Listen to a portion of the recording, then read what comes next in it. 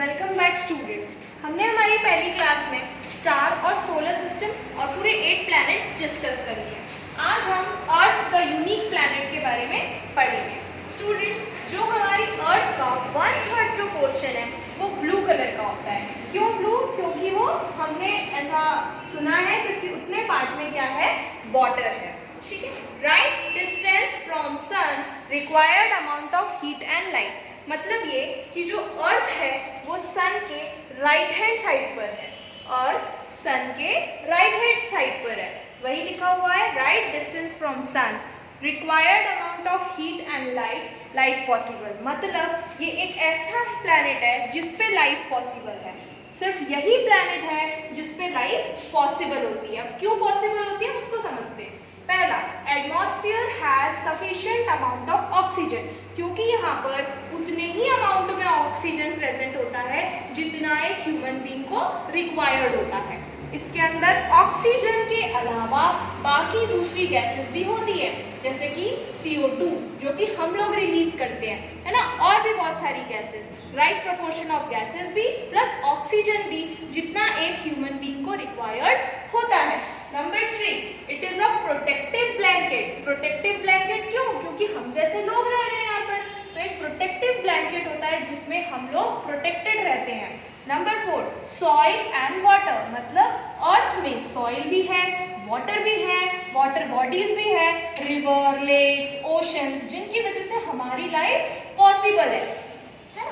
Earth is considered as the blue planet. वो तो आप सभी जानते हो कि अर्थ, हम फोटो भी देखते हैं अर्थ का तो वो हमें ब्लू दिखता है जस्ट बिकॉज ऑफ वाटर। तो earth is a blue planet. Then revolution on its own axis from east to west. हमने पढ़ा कि सन के आसपास सारे प्लैनेट्स रिवॉल्व करते हैं, तो सन के आसपास अर्थ भी तो रिवॉल्व करती है, और कौन से डायरेक्शन में करती है? East to west. East to west direction में जो अर्थ है वो रेवोल्यूशन करती है अपनी एक्सिस पर, सन के आसपास। Only planet where life exist. मतलब वही कि ये ही सिर्फ प्लैनेट है जहाँ पर लाइफ पॉसिबल है। और कैसे पॉसिबल है? क्योंकि यहाँ पर एस्ट्रॉइड्स भी हैं, सैटेलाइट्स भी हैं, मीटेoroids भी हैं, मीटियोर्स भी हैं, मीटियोराइड्स भी है, कॉमेट्स भी है और मून भी है। अब हम इसको एक एक करके स्टडी करते हैं। चलो समझते हैं एस्ट्रॉइड्स क्या होता है।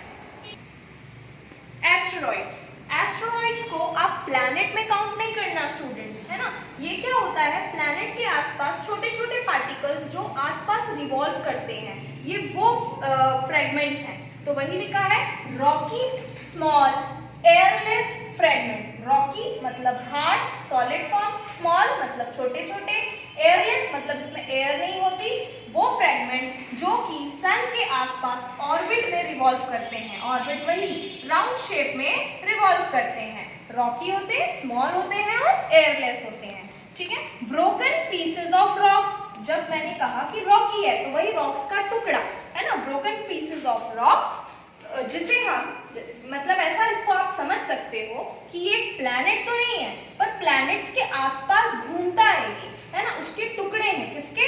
रॉक्स के टुकड़े हैं। तो वो रॉक्स के टुकड़े जो प्लैनेट्स के आसपास घूमते हैं हम उन्हें प्लैनेटॉइड्स बोलते हैं। क्या बोलते हैं स्टूडेंट्स? प्लैनेटॉइड्स बोलते हैं। उसके बाद asteroids that pass close to earth are called near earth objects. मतलब अर्थ के पास में घूमने वाले ऑब्जेक्ट्स, अर्थ के पास में घूमने वाले ऑब्जेक्ट्स को नियर अर्थ ऑब्जेक्ट्स बोलते हैं।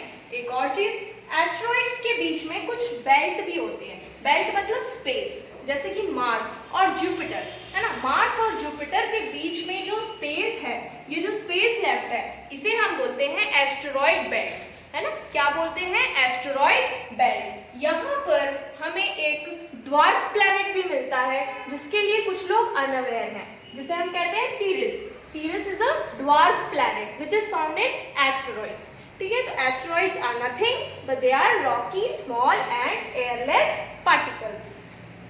Okay, now we will understand what are satellites. Satellites are celestial bodies which move around planet. अब celestial bodies क्या?